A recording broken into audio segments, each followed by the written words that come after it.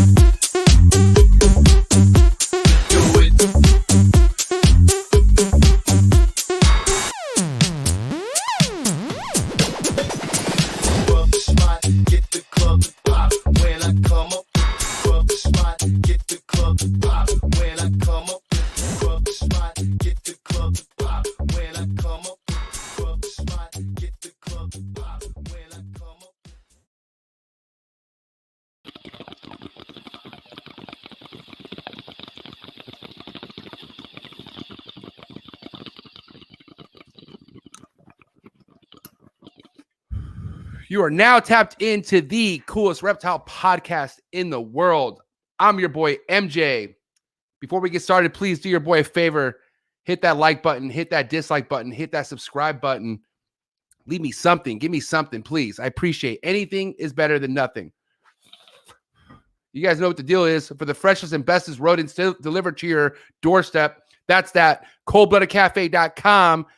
Anywhere from the day one pinks to the mammoth rats, professionally packed Missouri diet for the rodents. That means only the best type of meat going inside your snakes or your reptiles. Either way, it doesn't matter. Shout out to Cold Blooded Cafe. Shout out to the whole team. You guys are amazing. Shout out to John.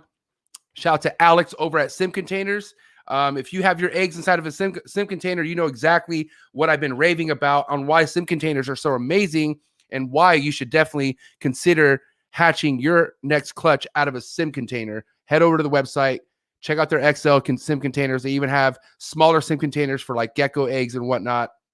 But really amazing stuff, man. So shout out to John, shout out to Alex. Big things over at Sim Container. And then shout out to Ashley and Steven over at Focus Cube Habitats. Really awesome, sturdy, durable PVC enclosures that are built out of Texas. I'm telling you right now, man, if you're somebody who's looking to have something that's looking to last for your arboreal snake or any kind of reptile, I'm telling you, these are these are the enclosures to check out. So make sure you head over to their Instagram, check out their website, and see what they got going on. Shout out to Steven, shout out to Ashley. Shout out to Jesse and the Freedom Breeder crew doing major things over there since the 90s. Shit, man. Freedom Breeders it's just a legit company. I'm telling you right now. I mean, if you want to talk about upscaling your breeding skills and whatnot, and or even with rodents or reptiles, Freedom Breeder Rack is where it's at, man. So shout out to Jesse, shout out to the whole Freedom Breeder crew, and then shout out to my man, always evolving pythons, Miguel Garcia, making constant big moves, definitely setting the bar every day in this reptile breeding industry. My man's been killing it for quite some time. If you do not know who Miguel Garcia is, highly suggest you go check out his Instagram, check out his YouTube. He actually has a Spanish channel right now that's been killing it. But more importantly, if you want to talk about what's been killing it, his clutches, man. He has amazing stuff on its way. Make sure you go check him out, follow him, let him know your boy MJ sent you. And yeah, man, I love you, Miguel. You're the man. US Art, guys, what is good? Let's continue to fight for our animal rights. Let's support US Art. Just had Bob Vu on last Thursday.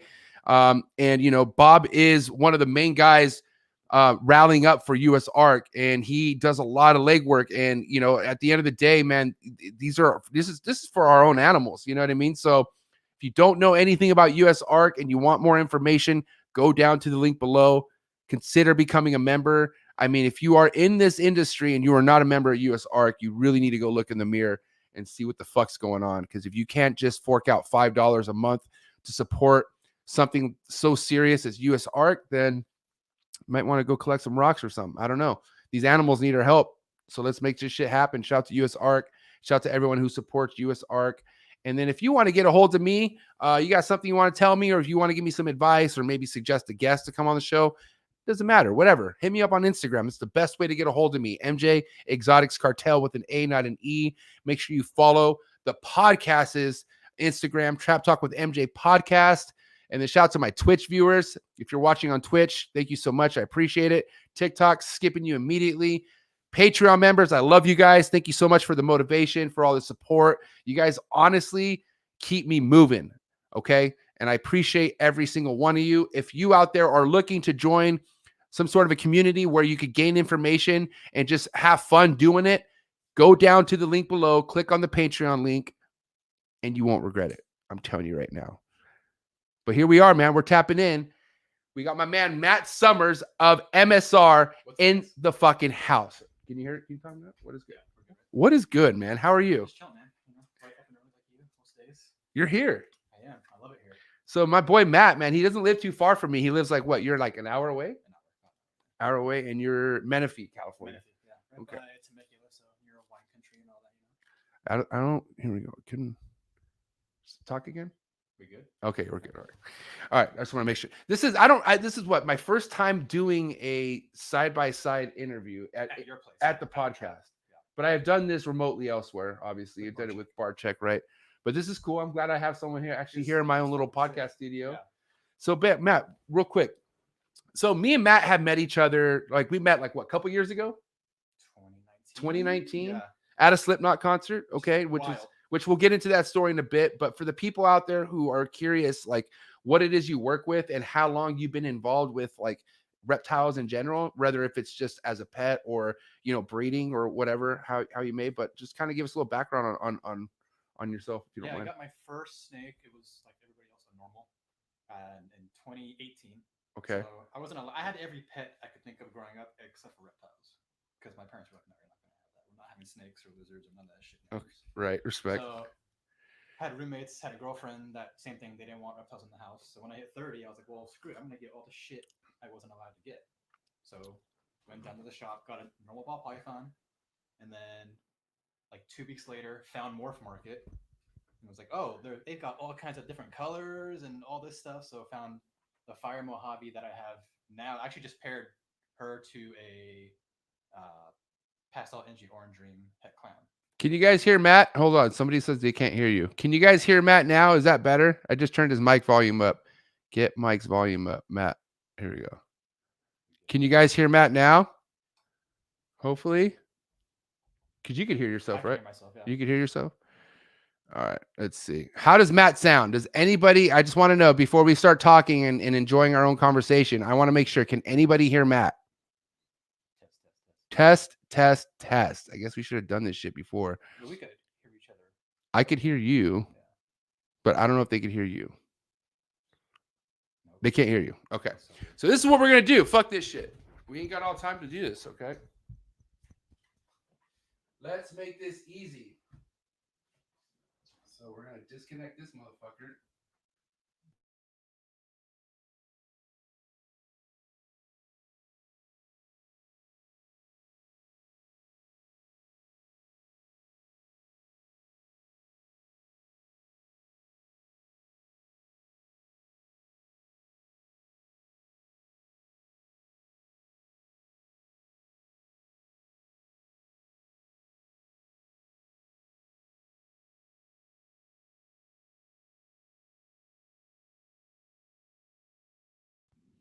All right, how do we sound? Do we sound okay now?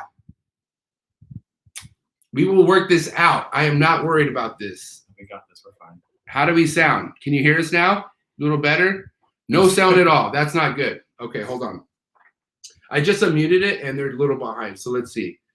Let's see if we can get this shit going here, man. It's better that we do this. Good now. Oh, we're good. All right, sick. All right. We're back on schedule. All right. Have Matt talk. Well, there's no. These are killed now, so you could just kill the headphones. Okay. So we're doing this shit straight up, just like that. All right. What is good, guys? All right, here we go. We got the mic situation good, and now we're here. All right. So Matt, again, if we could kind of start off. Start over. Yeah. So Matt, like I said, me and Matt have known each other for the last couple of years. but for the people out there, Matt, who don't know who you are and what you work with and how long you've been invested in the animals you have, kind of give us a little background and whatnot with. Okay. So for me, I started collecting snakes in 2018. I was a normal, my first one. And then I found Morph Market like a month after I got my first snake. So I got a Fire Mojave and then a pastel butter Enchi that's supposed to be het for Ghost and Pied, but I didn't buy it from a guy that's reputable at all at that time. So we'll see if that proves out. And then originally the idea was just to breed a couple times to get what I wanted for my collection. So like Blue-Eyed Lucy's, stuff like that. I didn't have the intention of actually making this a bigger thing what it is now. And then talk to you. I met you, and then you got me into more branching out and just kind of just going for it really for the most part. Because like I said before, I wasn't really thinking about making it a business for the most part. It just kind of happened. It just kind of happened. Like I joined your Patreon, and then I kind of started feeding off of everyone else's energy of like, just go for it. What's the worst that could happen? You know? Yeah, because if I remember correctly, because I mean, if it was, I would tell you what, the one thing I will take with, you know, the friendship I have with Matt is Matt's the first guy to ever call me out in public and be like, yo, MJ, Trap Talk with MJ. Because this was, keep in mind, okay, we're in San Bernardino, a really big venue, Slipknot. It's like 60,000 people. 60,000 fucking people, okay? I'm in the mosh pit and I'm waiting for this show to start. I'm by myself. My boy Tony was a little weenie and couldn't get down to the mosh pit, so he stayed up in the grass. I'm there by myself, my first Slipknot concert. I'm like a kid in fucking like, you know, in an amusement park, I feel like. I just don't know what's going on. I see all these fucking metalheads everywhere. And I just feel out of place, but I don't feel out of place. Either way, I try to get closer and closer to the stage. And then I hear, hey, MJ. And I'm like, who the fuck knows me here? And then like, who knows me here by MJ? You know, because a lot of people know me by Mikey and stuff. But in the snake world, I go by MJ. But I turn around and it's Matt. And Matt's like, hey, what's up, man? I Snake Trap. I watch all your stuff on YouTube. And I was like, what? Like, I could tell you what, it was such it was a surreal feeling, but it was awesome because I was wishing I knew anybody in that concert. Well, the funniest thing too was seeing your face too, because I could tell you were like shocked. Like I was like, what? Because originally you were like, who the fuck is this guy? And then when I mentioned Snake Trap Session on YouTube, you're like, oh, cool, okay. So that shit inspired me, man. Like I would tell you what, because not only was I at my first Slipknot concert, and if a lot of you guys know me, Slipknot goes back to to when I was like in 9th grade, like my very first diehard metal band, and I always died seeing them in person. So to be 34 years old at that time and to finally see them, it was crazy, okay? And I did want to share that with somebody, but you know, like I said, my boy Tony was a weenie and he was up in the grass and I had nobody, but then I fucking ran into my boy Matt. And we talked for like what, good 5 minutes. We were talking about how excited we were about the concert. I remember I had to piss so bad, but I didn't want to leave my spot. You remember how lost it? You remember how crazy it was?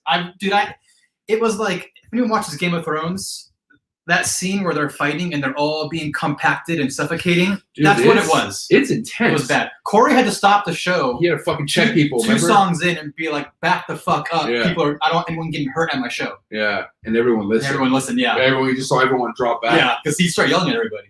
Man, so yeah, I remembered that, and then I remembered his name. And I remember I looked you up on Instagram after that. Like I instantly looked you up on Instagram, and I saw that you're into reptiles, but you were not like MSR. I had a different username. Like you were a gamer, man. It was like my gaming phase, and then like my dogs. Right, that was it. Just personal stuff, which you still have to this day. Yeah, but you don't. Now you have snakes that represent you in a way, right? Like now, my style is more. The main pages post are my snakes, right, and then I'll post the personal stuff on my stories. Right. So. Now, let me ask you this, man. I mean, I the reason why I'm bringing this up is because you've come such a far way. You know, the 2 years. In 2 years, you have your own brand. You have projects lined up. A lot more than just ball pythons. And you have super dwarf retics that you got from Garrett Hartle. You have white lips that you got from me. Then you have like some selective amazing ball pythons. Like you just got this amazing ball python. A nice group of ball pythons from Justin Kabelka, which we'll talk about in just a second. But I mean, really, what was the push behind you wanting to say, why not make this into a brand? Why not turn this into something? Even though like you have a good job, man. I mean, like, so you're educated and super stuff. blessed with my job, 100%. Right. Like it actually stems from that too, because so my grandpa, he joined the Navy like right at 18, and then met my grandma, had my dad, got out, made his own business, construction company. Right. He did that for until the day he died, actually, really for the most part, but gave it to my dad. So now my dad runs it. So my family is very much like blue collar, run your own business, do your own thing kind of stuff. Right. So seeing my grandpa and my dad, run their own companies, I was like, I want to like dive into that. Like I could take over eventually my dad's shoes. Right. But I'm not passionate about construction the way they were. I'm passionate about the reptiles. So for me, it was, I'm going to do my own thing. I'm going to start my own business and kind of like, do what they did. I mean, and with all due respect to like, your parents being in the construction business, like that was something to where if it wasn't the reptiles, like you would have really no other choice, you'd feel like, or like, what do you feel like? Yeah, what kind of position would be in? That would be where I would go. I mean, I didn't finish college, so. Okay. So you went from high school straight to working. Straight to working, yes. So you've been working since a young age. Since 18. I Okay. I literally graduated high school. My parents were like, "You're going to fucking work." So I just assumed that you were fucking highly educated because how smart your ass is. Oh, I don't know about that, man. I say some dumb shit sometimes, man. I don't know. But you're also not an idiot too. Like, That's true. You're very practical, and you're Yeah. like you calculate a lot. Because me and Matt, we talk, we go back and forth, and we share ideas. And Matt's a real calculated individual. Like, you know what I mean? I don't see him kind of missing too much important stuff, which we'll also talk about in a second. But let me ask you this. I mean, as far as you looking at the reptile game as a business side of things, does that put pressure on you at all? Do you feel like, or I mean, what do you feel like you're rushed now? Do you feel like you need to catch up? Like, what do you? No, not so much rushed or catch up, but I'm jumping in a lot faster than I think I would have had I not wanted to make it into like an actual business for sure. Okay. So had it been more of a hobby thing for me, would have been more of like maybe I'll buy like 3 or 4 snakes here and there, and chill. But now it's like, no, I'm going in, I'm investing. Obviously, I don't have like Miguel level investment options, but Right.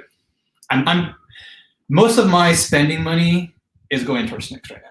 So good example. You bring up Miguel, right? A lot of people look at Miguel and it could either be inspired or they could kind of get jealous. Oh, it's right. Pure inspiration. It's for inspiration for you, right? But does it kind of like concern you that you might not be able to get to a Miguel level or Justin level or Ozzy level? Like where do you see yourself really in your own level? Like, so for me right now, the snakes I have right now, next year I should be able to have, assuming everything eats and grows, I should have between 8 to 10 clutches. Right. Everything goes right. I would like to up that substantially every year. So I like, 10 to 20 to maybe 30 or 40. Ideally, I would love to make it 100. That's where I feel I would be comfortable at. I don't want to have a bunch of employees and make it a huge thing. And I also like having free time. Yeah, the employees thing always scares me. Yeah, I don't like that. So for me, it's kind of like how some guys are. I'd rather have a smaller collection that's more elite, that's having me produce high-end stuff, than have like 1,000 snakes in a building and then having to rely on 4 other guys to help me. Right. Because I like free time, so I want to, I like having the option. If I want to go on vacation for 3 days, I can go on vacation and not have to stress out and freak out. I love concerts. You know this. Oh yeah. I mean, but and what's crazy is like when you're keeping reptiles to the point where it's almost an everyday upkeep, right? You know, like every day you have to. So I'm checking in every something. day. I'm almost like you. I don't change the water every day, but I change the water every 2 or 3 days. But once you get to that level of keeping, even a 3-day vacation seems great to you. Oh, yeah. Because anything after 3 days, for me personally, my mind doesn't think right. I'm like, all right, well, what's going on with my animals? And that's the thing. Like I think I've talked to you about this before, but I have gone to a well-known chondro breeder's place, and he has created fucking chondros that have nobody will probably recreate these snakes that he's made. But at this point, he's looking to retire in like 10 years. Mm-hmm. And like when I say retire, like he doesn't want to own any more snakes. And to me, completely out of it. Yeah, and to me, like, and when he first said that, I was like, what? Like, that's so shocking, him being who he was or who he is. But it's like, man, he's like, he just wants to enjoy his life. He wants to be able to go on a vacation, travel somewhere more than a week. Yeah. And not have to be so like dedicated checking his security cameras and checking his like employees, and you know, because things do happen. Like even when you have employees, life happens to them, you know what I mean? And you gotta also understand, you know, your employee, you can't pay them a fucking $90,000 salary. Yeah, you know, exactly. They're not working for a lot. Like, you want to pay them pennies, but you don't want to pay them absurd amount for, you know, minimal work. So it's like, you know, you can't. I don't know. I get that there's people out there who's really passionate about working with animals and stuff like that, but at the end of the day, real life does happen. And I feel like so many people are quick to look at their situation like, well, how much money am I even making doing this? Yeah. And then they like could just instantly just not give a fuck. Where like, how long do we care about our stuff? 24/7. Like, I don't stop caring about our stuff. Man, when I went to my sister's wedding in North Carolina, we were there for 6 days. First 2 days I was fine. Day 3 I was already stressing out. Like, okay, do they have water? Are they fine? Like, had my buddy go check on them. I'm like, is everything good? Yeah, they're good. I'm like, all right, good, okay. But same thing. It's like 3 days I'm already freaking out, you know? So what's your kind of regiment for, like, you know, for instance, when you do leave, like when we go traveling and whatnot, you know, like who do you trust with your animals, or who is it that you have kind of looking after your stuff when you're not there? The funniest thing is it's actually my mom, because my dad is terrified of snakes. Won't go near him. I take a snake out, he runs the other way. He's not about it. He's like me with spiders, you know? Right. My mom is more, she is intrigued by them and will look at them. Not so much as wants to hold them or anything. Right. But she'll open the tub and look at them and check on them. So usually I have her go to the house, check on everything, make sure there's water, make sure there's no shit. Well, she won't pick up the shit, but if there is shit, she'll tell me. It's actually funny because when we went to Barchek's in Schaumburg, she was checking out my snakes, and I told her, she goes, "Oh, what's this one in the big cage?" And I was like, "The orange and black one?" She's like, "Yeah," and I was like, "Don't open that. That's the white lip. If you open that door, he's gonna come flying out after you." She goes, "I'm not getting him." I'm like, "Leave the door shut." And then you'll never want to help me out ever again, dude. Does he have water? Yeah, I'm like, he's fine then. Man, it's so funny you say that, because like my in the beginning, and still to this day, I always hit up my dad. Like my dad's like the one I would like, "Dad, I need you to check their waters. Like I need you to be that guy." And he was he was on point with all of it until like, I kind of like when I would tell him like, okay, this is rear fang venomous, or the one thing that just terrifies him is the beaded lizards. Like he's scared of the beaded lizards. They're fast. They're fat. Well, they're super just like out of nowhere. Yeah. You know what I mean? Well, you're saying you thought one looked like it was dead, and then just rolled over and went after you. And like sometimes when they're really hungry, they will come after you. You know what I mean? And one of them, Rocksteady, came after my dad, and my dad like it was like super early in the morning, because I always tell my dad, I was like, "Yo, do the water changes in the morning. Like it's they're not moving around. They're like at your best chance to like not have to worry about anything." But he like, I guess he went, put his hand down to get Rocksteady's dish, and Rocksteady came out and my dad threw the dish and and he even like left the cage open, and like he called me. I'm like, "Dad, you need to go back and close the cage." He's like, "You told me you wouldn't do this, blah blah blah." And I'm like, "Oh man, he didn't." It just really wasn't a good situation. No, yeah, it wasn't about it. Because I did write on the tub like, venomous, like be careful, you know what I mean? Because you don't want to get bit by. It's not gonna kill you, but it's gonna suck. Your day will be bad for like a week. You know what I mean? But anyways, it's funny you say that, because my dad's like, dude, he's like, not the lizards. He's like, I'm cool with the snakes. I could do that, but don't ask me to fucking do the lizards ever again. He's like, I'm traumatized. I'm like, it's actually funny you bring up the parents too, because I actually had my first snake was the normal. Right. That's at my office at work. Oh really? Yeah. Just chilling. It's just in a little Exoterra enclosure. Just living life. Just chilling like that.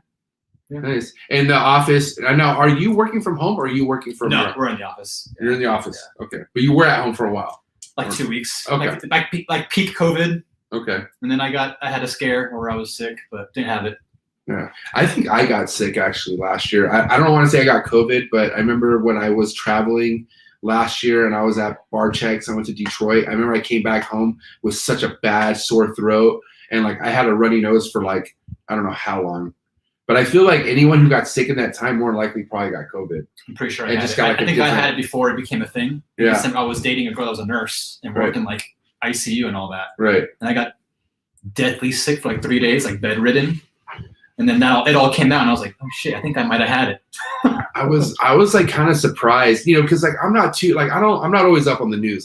I specifically choose not to watch the news, just because you don't know what's what, right? And you just don't want things to fuck with your head. Yep. But it was depressing for the most part. Yeah, it was depressing to hear how like shit's hitting the fan already. I was talking, we were talking to Bob last Thursday, and how Daytona, at all places, Florida, right? So now Daytona is going to require you wear masks at the show, which Florida was on this big fucking, no mask shit. But guess what? Now they're wearing masks again.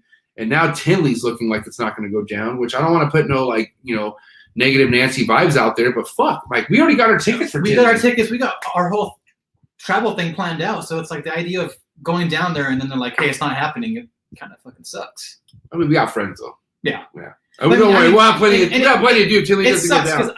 I get where they're coming from. If the state says you can't do this, they have no choice. And Chicago's one place that just doesn't give a fuck. Like they'll shut it down. Like Florida, you know what I mean? Florida it takes a lot. Yeah. But if things are already getting close to that in Florida, I hope not, man. Things could drastically just be like, oh, it stopped. Well, we've got Super Show, in 3 weeks, 4 weeks? Dude, so we have Daytona. Then we have Anaheim Super Show, which you guys should go to Anaheim for sure. Then we have Arlington, which is major. And then we have Tinley. That's 4 shows within this is show season. 2 month span. Yeah. So I don't know. Let's not get ahead of ourselves. Because the shows you and I have been attending, it does seem like things have been getting back to normal. Yeah. Like the Schaumburg show was smaller but felt normal. Yeah. It didn't feel like anything different for the most part.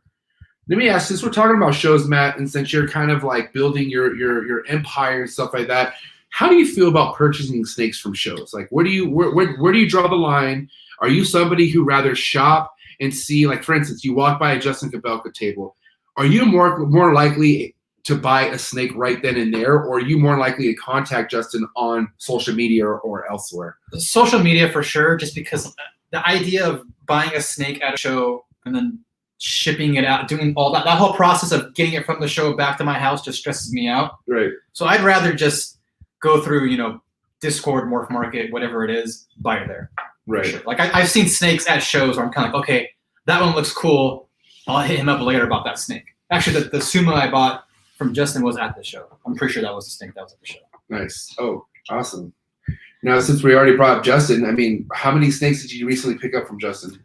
I bought 3 in bulk on my last order, and then I actually got one of the first things I actually got when I decided to get serious on this was from Justin. It's leopard, yellow belly, het pied, possible, or 66% het clown.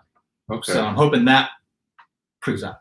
Now, let me ask you this. Was that your biggest investment so far in ball pythons, or like you mean as far as like, projects that you're picking up on? For sure. Okay. Yeah.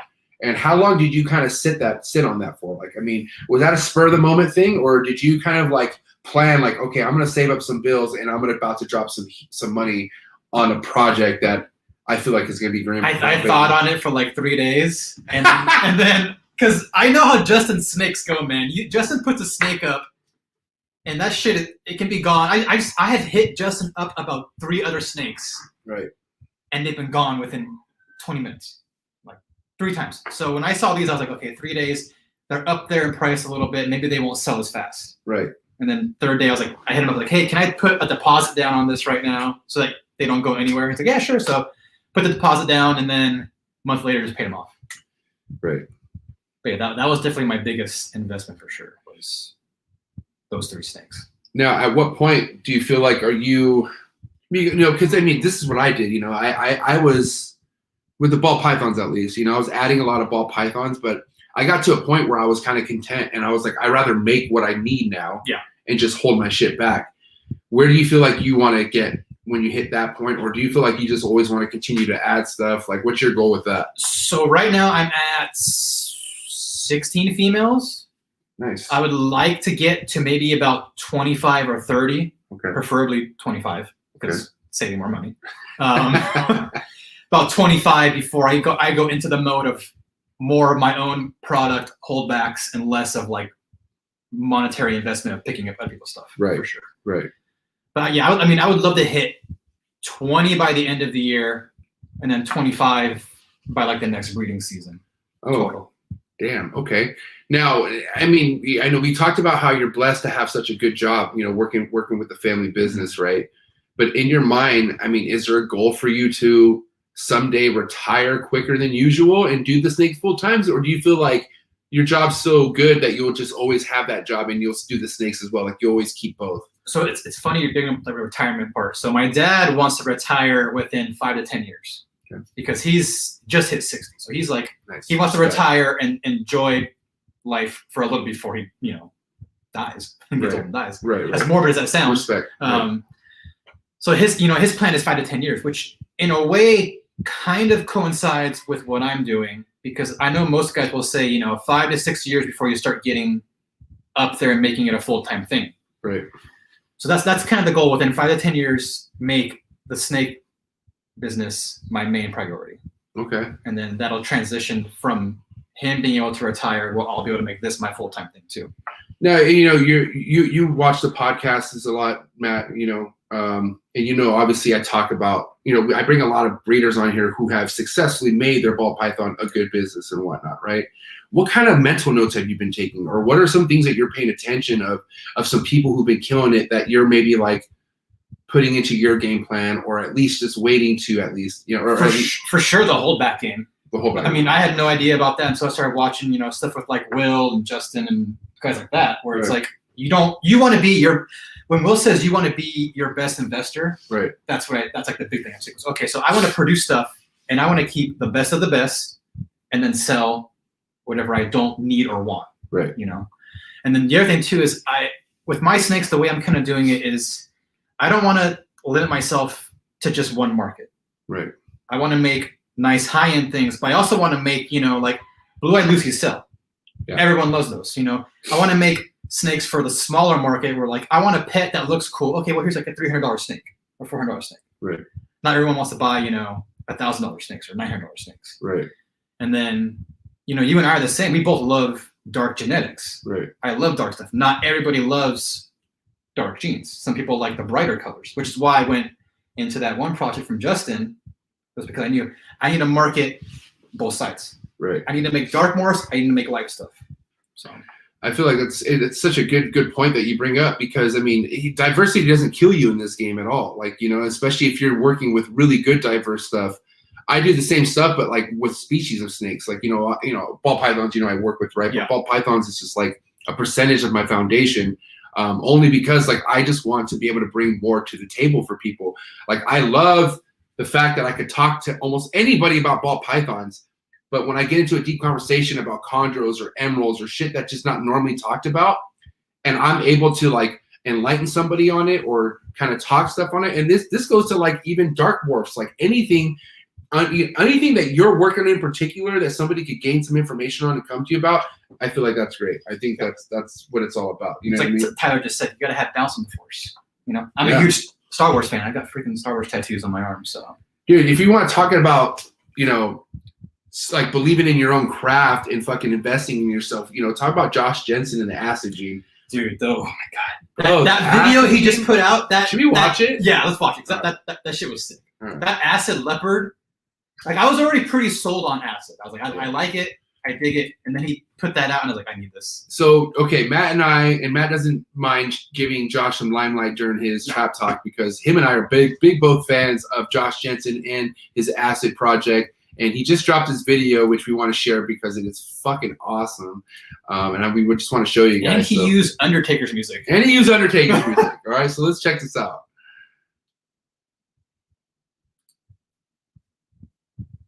And there's no volume.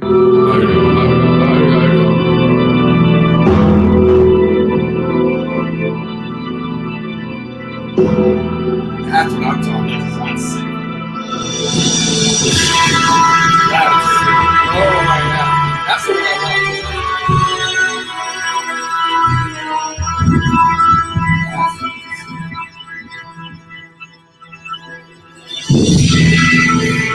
Just sitting. Oh my god!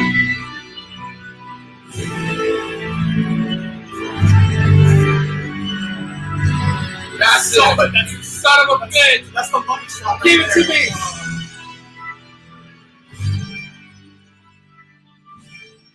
It's so good.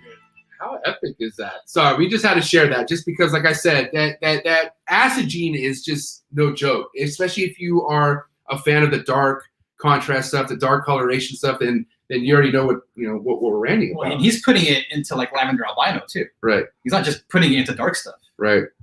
So. And then if you remember too, we had Dale Richard on when we had Josh on. Josh was a secret guest, but Dale Richard fucking had that acid het clown. Yep. That looked just completely like black, like silver and black. Like the pastel one too. The pastel one, yeah, right. You wouldn't think pastel would make something look black. Usually people complain about pastel. It's the opposite. Usually they hate it. Right. Crazy. So, okay, Matt, now getting back into like projects and whatnot, where do you see yourself working? Like, I know you said that you do want to focus primarily on stuff that like sells, I guess, right? Like Midnight Lucy's and stuff, but is there any projects out there other than what you've already invested in that you're considering adding down the road, or something you're already eyeballing now? Like what's maybe a project out there that you don't have yet, but you were like, that's something you wouldn't mind adding at some point? Ironically, it's acid. Okay. I don't have acid yet, so it's definitely acid, but right now I'm not looking to get into any more recessives because I've got Exantic, Clown, Pied, and Lavender Albino. So I'm kind of like, I don't want to stretch myself too thin. Like, right. I want to start off with a solid base, work that, and then when I grow, I can start adding in more stuff like maybe G-stripe or something like that. Right. Okay. Nice. Now, as far as like, you haven't had your first clutch yet, right? No. Okay. So what's your preparation for that? I mean, obviously one thing I know I used to do is like, I mean, you can't watch too many YouTube videos when you're about to have your first clutch, and because you're just so excited. But what have you been doing kind of just to prep yourself to like be ready? Because I mean, you're not too far from that. Like this coming year, you're gonna have your first clutch, right? My Fire Mojave, who was my second snake, like I said, just is about to hit 1400. She's like at like 1389. So it's getting there. So I actually last night I put my Pastel Enchi Orange Dream Het Clown boy in with her, and I figured if anything happens, it happens. We'll see what happens. Right. Okay. Cool. Because the goal of that is that I would love to hit some like Fire Enchi Orange Dreams, right, and then have them be possible Het Clown. Right. Okay. Cool. But I mean, I already bought an incubator. I've got everything that's you need to put a clutch in the incubator. I already have it. Do you have egg boxes set up yet? I've got egg boxes. I've got sensor pushes. Everything is like ready to go. So whenever that clutch drops, that's sick. It's set. So yeah, I mean everything's ready there. I already had the incubator running to make sure the temps are normal and everything. I got sim containers already. Nice. Get your sim containers. Yeah. I'm telling you, man, you want to get your sim containers. That thing is so stable. It is, huh? And super stable. You see how clear it is? Yeah. You can see right through that. I just put water in it. Yeah. I put the sensor push in there, and it's been at 89 degrees the last like 2 months. Yeah, that's awesome, dude. Now, Matt, you still being an up and comer in this and wanting to build, a name for yourself with the brand that you're building. How has it been interacting with people who've been in this hobby already? And when I say like, how has it been, like, maybe reaching out for information, customer service, like, has it overall been a good experience for you? Or do you feel like it's been like, there's some people that you're better off just avoiding? It's been super good. You hear about, drama in the community and stuff like that. Every community has drama, right? For the most part. Before the snakes, I was very heavily involved in like the Star Wars community with like costuming and all that. Right. That community, there is so much drama in that community. It makes the ball python community look harmless. It's awful. There's backstabbing, drama. It's bad. But this has been like a breath of fresh air for me, really. I mean, everyone I've talked to has been super chill. I haven't had any issues with anybody at all yet. No one's been a dick to me. Anytime I bought a snake from someone, they've been super cool about it. Like, I mean, even at Schaumburg, we met Justin. Right. He's like, "Oh, Matt Sommers, I know that name," and I was like, "How do you know my name?" Like, what? but how did? Because you're on a wait list, or no? You were like payment plan. But right, even like Garrett Hartle, super nice guy. We hung out with him at Dez's and Schaumburg for a little bit. Right. But super nice. Everyone I've met been super freaking chill. So, dude, let me ask you that, man. Like you being so new into this hobby, and when you actually finally go to a show and meet people like Garrett Hartle, Desiree, what does that do to you? Like, how does it feel to meet people in person versus just seeing them on Instagram all the time? Dude, it's wild because I'm not a shy person, but when I meet, because these are like I said, I haven't had a clutch, so I'm very new into this, and these are just like, to me, they're like prolific people that I'm like, they've been in the hobby forever, they've been producing stuff forever, like everyone knows who they are. Right. So meeting them, and then the fact that they give me the time of day and are super nice and welcoming to me, it means a lot. Like, it feels real good. I mean, what's your recommendation for other people going to their first show? Like, do you think that's a huge importance if they want to actually get a name for themselves? Is to attend the shows? Just go to shows, put yourself out there. Don't be afraid to go up to somebody and be like, hey, man, you know, I follow your page, or I really like your stuff. Because anyone I've done that with, I mean, I'm sure they enjoy hearing it, you know? Look what you did for me at a Slipknot concert. Yeah. Oh, my God. Like, I'm sure they love hearing it. So just don't be afraid to put yourself out there, basically. I can say. I think that's a really good point, because thank you, by the way, sick ass crafty cup. This is a coffee mug that you can actually turn into a fucking rig. Unfortunately, I'll be doing a lot more smoking than I will be drinking coffee out of this. But Brad and Marissa, thank you so much. Empire Exotics, Canadian Empire Exotics, and Marissa Crafty Cups. Check them on Instagram. But wait, what were we talking about before that? Shows. People coming in that are new, putting yourself out there. I was also going to get to another. Well, there was another point I was going to get to about that, but I had to. Meeting people when you're new. Yeah, well, but the meeting people thing, right? Like, I feel like a lot of people don't understand like how big a connection's really built when you actually introduce yourself to somebody, and not only that, like at the end of the day, like. All us snake breeders, we have egos. I don't give a fuck who you are. We love it when somebody gives us props on all our hard work. Even if you're a fucking hermit and you just been, you know, to yourself, and you have somebody who's been following you, admiring your work, when you go to that person and tell them, dude, I respect the shit out of your work, it does something to them. It feels good. It does something, and they could be fucking acting like it doesn't, but I don't give a fuck. I'm telling you right now, it feels good, okay? And that's been my approach. And, you know, say if you mean it. That's the thing. Like, I will never fucking front if I don't respect somebody's work, but they have a huge following and people like them. I'm not going to be a dick to them, but I'm not going to go up to them and say, hey, man, I love your work. It is what it is. You don't have to be fake about that. You know what I mean? But I think that's why we click so well initially, too, is because we're both the same way. We're not fake. Like, I'm very much tell it like it is, but I'm not going to be a dick, but I'm not going to be fake. I don't like fake people, you know, which is a very common thing in California sometimes, but. Now, you know, here's a good, you know, we were talking about how your experience has been great so far dealing with people who've been in this game, customer service, right? But how much fakeness have you been exposed to? And I'm not saying people being fake to you, but just the observant things that you've seen.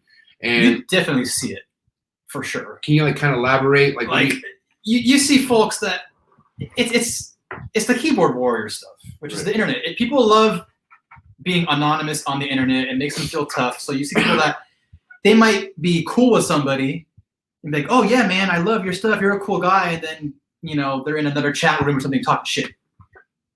It's, I don't know. That's always, I grew up playing hockey. So I'm very big on like team and family kind of stuff. And it's just like, don't be fake. Just be real about it. But okay, you remember even in sports when you did have a teammate or somebody being shady, or like you confronted that shit. Like, and that's, listen, at the end of the day, people always like say, well, MJ, whoa, he's so crazy. No, I just confront my shit. I'm very confrontational, meaning if there's a problem, let's confront it and let's talk about it. I'm not fishing for it. And Matt knows that there's a lot of, we're having Twitch maybe issues. Oh, fuck. Sorry, maybe Twitch went down. I don't know what to tell you, Twitch. Sorry. Remove. Sorry. I don't know what to say.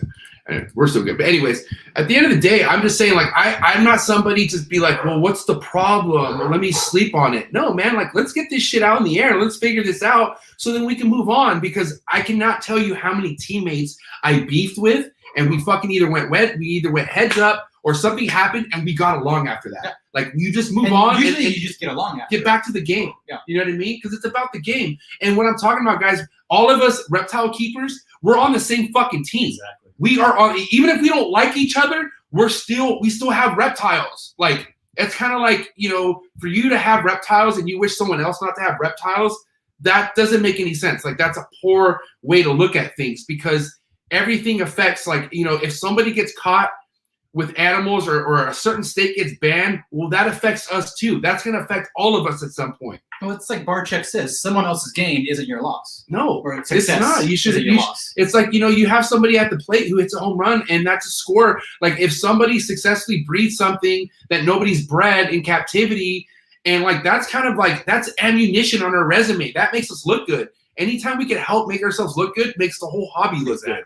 That's what's important. It's not about fucking, oh, well, you know, such and such. And then I'm not saying that, I know I use myself as an example that people hate on me, but trust me, I'm not the only motherfucker getting hated on. There's a lot of people getting hated on. It's everywhere, okay? I'm just the guy to bring it out. Like, I'm just not somebody to be like, yeah, I got haters, and, you know, no, fuck that shit. I talk about it because it needs to get talked about, because that kind of hating shit could really discourage somebody from living out their full potential. Like, I'm bred differently, bro. Like, you know, I don't give a fuck. Like, I've been picked on as a kid, and then I had to get through that. I had fucking crazy, you know, I'm a strong person.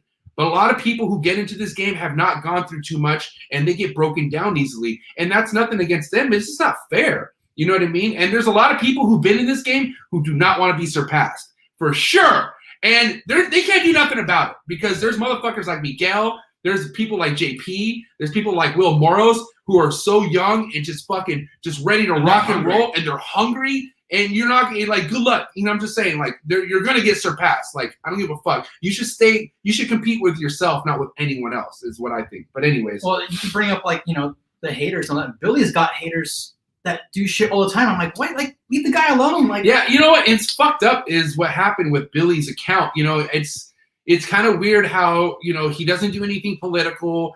He only strictly posts reptile content on that Instagram account, and somehow it disappeared. You know what I mean? Usually when it's Instagram who's disabling something, like, they'll give you an email letting you that it's disabled while they investigate. Billy hasn't gotten any of that. It just disappeared. I hope he didn't get hacked or anything. Like, I don't know. That would suck. That, you know, and what's crazy is because Billy has multiple verification verification process with signing in. And so he never got an email saying someone's changing your shit, which is kind of concerning. You know what I mean? Because, dude, if it happens to him, who else can it happen to? No, it can happen to anybody. Like, I called Billy and was like, yo, this happened to Tyler Nolan too. But Tyler went on a little bit of a political rant on his stories. And I'm sure that's what they targeted at. Yeah. Like, this motherfucker's going political. Billy's never gone political. So, you know, Billy's not, you know, I think the biggest thing that Billy's concerned about is that there's other fake mutation creation accounts being opened, try to sell his shit. And Billy doesn't want to scam nobody. Like, that's fucked up. You know, Billy does everything to stand against scamming and all that. And now he's kind of like, his hands are tied because he can't do much. You know what I mean?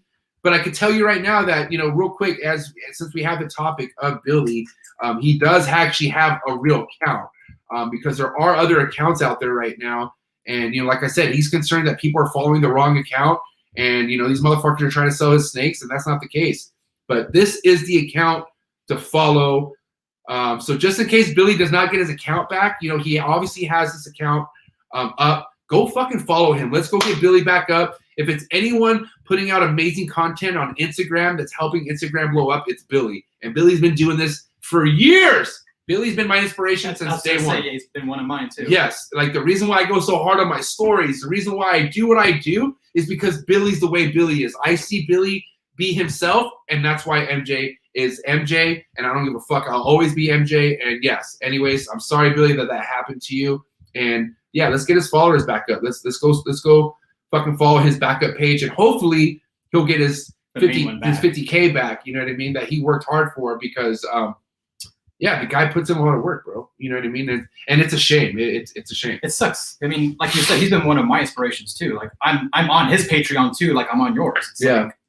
And, you know, it's I guess there's people starting GoFundMes and shit, and Billy's not trying to start a GoFundMe.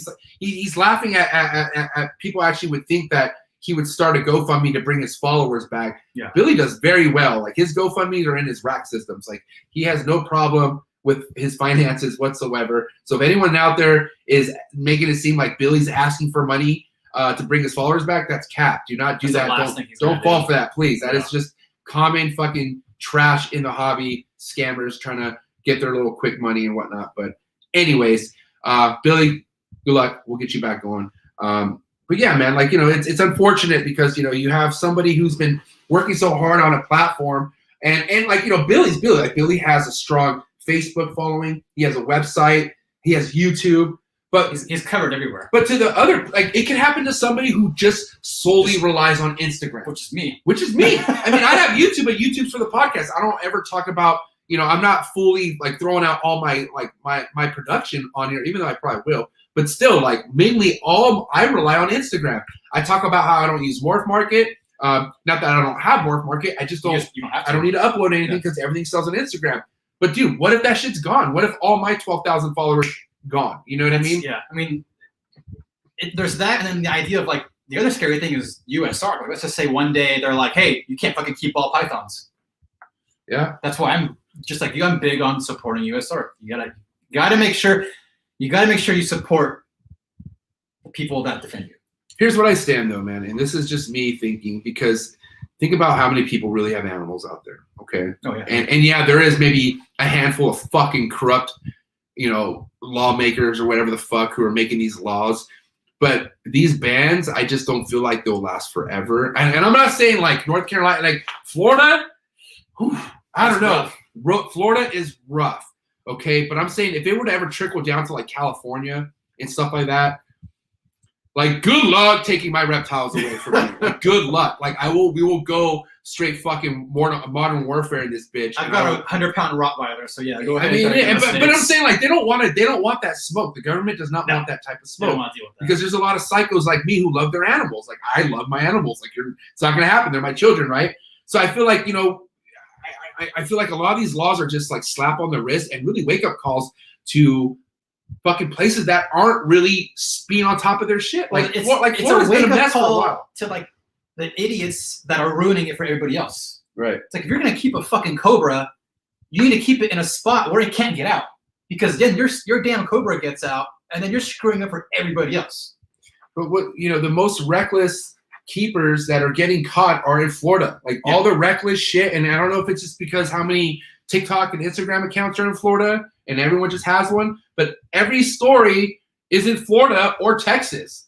Texas is just, I mean, I don't know, they shrugged that shit off like they nothing. made an Instagram account, bro. A Shout Twitter account. out to, what's his name? I forgot. But anyways, I put it on this week's plug. Check it out. But yeah, you know, it's just, I don't know, man. It's insane. But here's the thing. The missing cobras, loose retics, fucking keepers dying from retics choking, that's never going to stop. Like, that shit's going to happen forever. What. There's going to be negligence with keeping reptiles till the end of, as long as we have reptiles, humans are going to be humans. We're fucking idiots. Humans ruin a lot. We've ruined everything for the animals. We are destructive by nature, which sucks. It's terrible. You know what I mean? And but, you know, while I'm here, and if I could do something to better an animal, I'm going to do that. I put animals before humans all day, every day. That's all my pets live like kings. Like, yeah, it's unreal. They probably live better than I do, to be honest. And I'm really not, you know, like, yeah, I'm 36. I don't have kids, but I don't stress it. I look around, like, bro, I feel like I've mentally been having kids for a long time. My dogs are my kids right now. Yeah, Capone. Goddamn, bro. Man, got it. Now, let me ask you this. Other than reptiles, do you have any strong passion for any other animals? Dogs. I like saltwater fish. It sucks. I had that's expensive shit. Yeah, I had a nice saltwater display, and then COVID happened, and my shop shut down for like 3 weeks. And I had a tank crash, like, couldn't replace the water. How expensive of the fishes did you have? Like, how much? Luckily, it wasn't that much. Maybe a couple $100. No, what about the whole setup and tank itself? Oh, God, like the coral and all that shit. The coral. Oh, I didn't have that much coral, but like the rock and the sand and the actual tank was like about 2 Gs. Yeah. Yeah, I mean, I feel like the day I have a saltwater tank is when, like, I'm like, I don't know what to do with my money. U.S. Ark is loaded. We're all good to go. Like, because then the tank is like, it's maintenance. Like, you got to be on top of, like, the what is it called? Like, the stuff you put in there, the salt. No, but isn't there some sort of, like, kind of like medicine or something? Drops. You put some droplets in there every now and then, don't you? Am I tripping? You do something to Maybe like I maintain. had a lot of devices that would just run shit through the water. I'm forgetting it.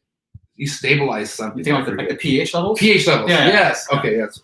All right. I knew there was something that you had to stabilize. I just forgot. Yeah, you want the pH to be the right, the salinity and all that. Now, I mean, if it's one thing that we were talking about with Bob last Thursday was like how more popular the reptile industry is growing versus the dog industry because people just simply don't want to take care of shit. Dogs are a lot of work, man. They are. It's when we go out of town, I have to find a literal babysitter for my dogs. Right. So it's a lot of work. With the snakes, it's have someone check on them twice a week, depending on how long you're gone, you know. And how much more do you miss your dogs than your snakes? Honestly. I get on the plane, I'm sitting there like looking at my phone, like, oh man, I miss my dogs. Like, because I could say, yeah, I think about my snakes and why I want to come back so much, but I could tell you what's really fucking haunting my mind is how I miss my dogs. You know what I mean? The difference is that dogs have the companionship, whereas snakes don't. Like, dogs need you. Yeah, just how you need them. You know, and they let you know that they need you. Snakes don't give a fuck about snakes you. Just feed me and water me, and I'm good. Yeah, snakes don't understand. Like snakes are born to get the fuck out of Dodge. Like they are instantly, like their natural instinct is that things want to kill me and I want to hide. Which is why I laugh. And I want to fucking go away and I don't care if anything does not ever see me ever again. That's why they're so like, you know, like, yeah, you see some snakes that are just like all up in your shit, but those are like the fucking apex fucking like predators, like retics and, you know, things that aren't scared. But you talk about a ball pythons are scared for their lives. The funniest thing is when I first started getting the snakes, because Indy, my pug mix, is like 22 pounds. Right. So he's kind of a small dog. Right. The first thing everyone was saying, aren't you afraid your snake's going to eat your dog? And I'm like, I'm more afraid my dog's going to fuck up my snakes. Because I know if that snake does get out, he's going to go after it.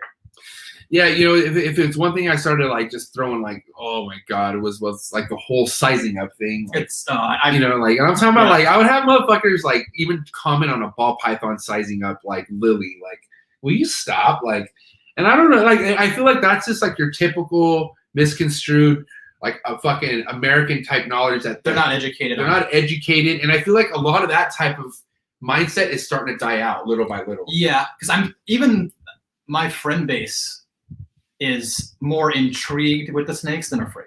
Right. I get a lot of questions of like, hey, so like tell me about what this snake is and what do they do and et cetera, et cetera.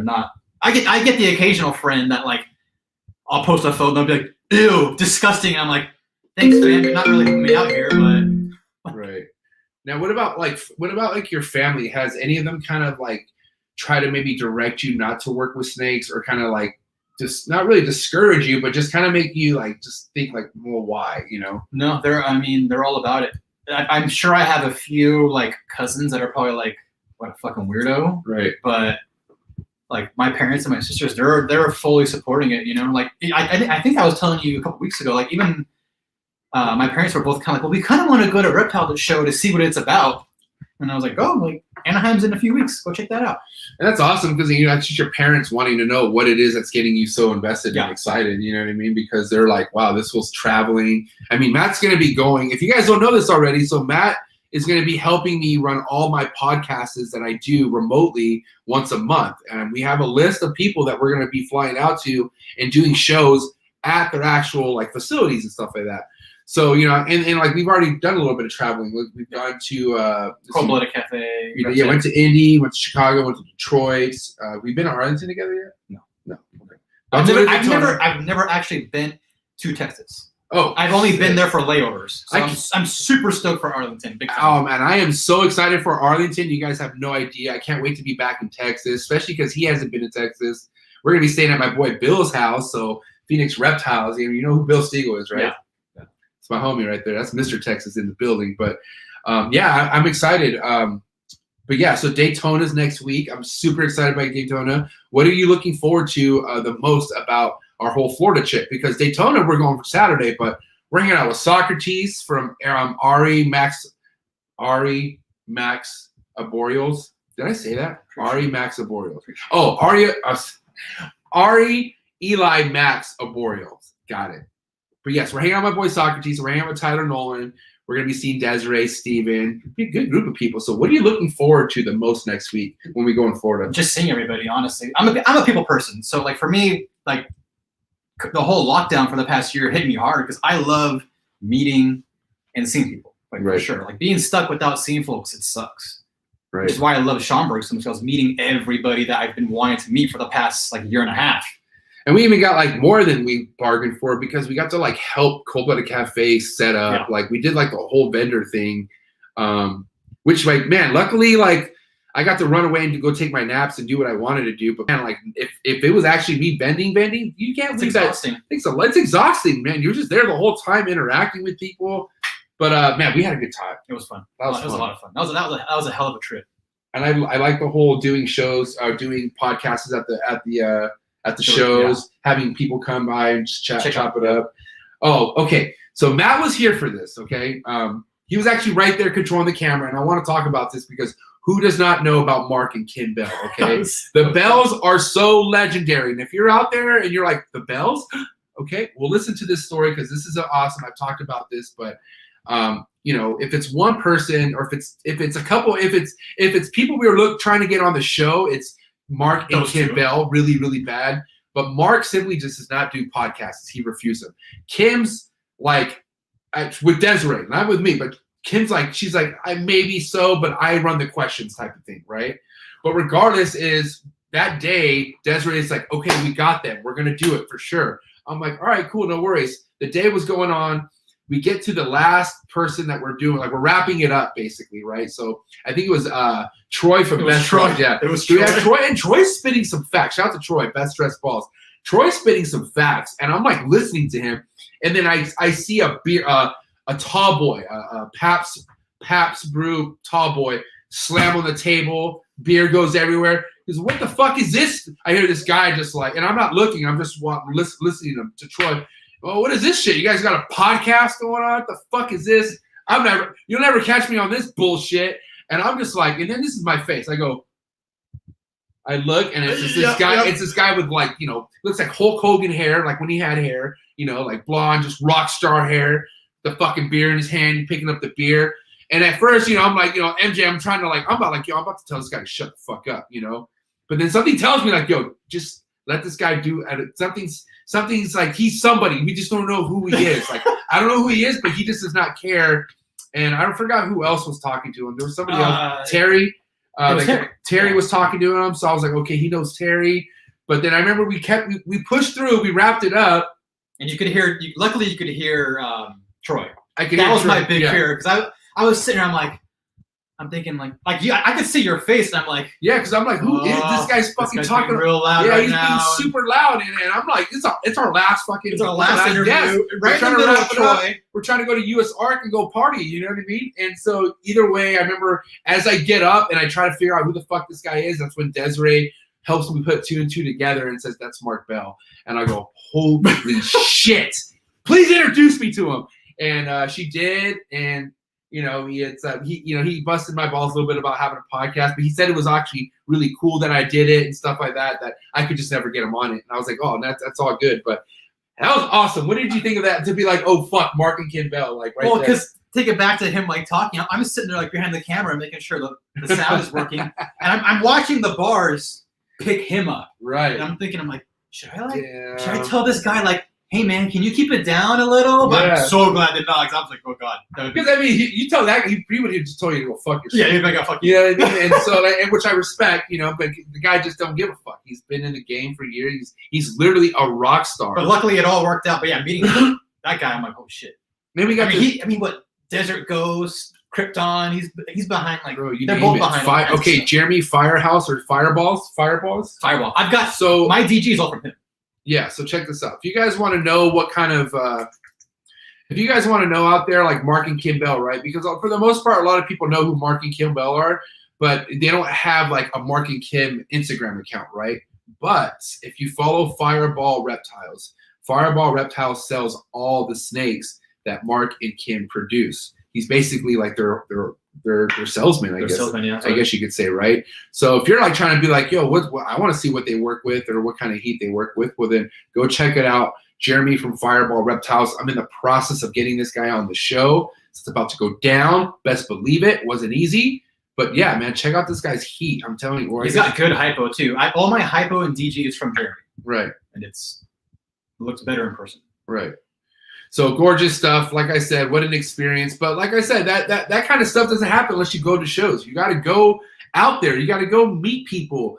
You know, I had somebody who just followed me the other day who, like I said, I brought this up on the last show, and he was like, asking me how I could get more connections. How can I get out there more? Like, how do you know all these people? And I'm like, dude, I go to them. Yeah. You know what I mean? Like, not only do I build a respectable relationship, meaning like I don't go to people and expect anything in return. If I go to somebody and I follow them and I give them props on their shit, I share their shit, and they don't share my stuff back, I still share their shit. I don't expect nothing in return. No. And that's my fucking thing. If I show you love, it's because I show you love. Just don't disrespect me, and I'll still always show you love, even if you don't show me love. And that's how every friendship should be. It's you should never be expecting anything back from somebody.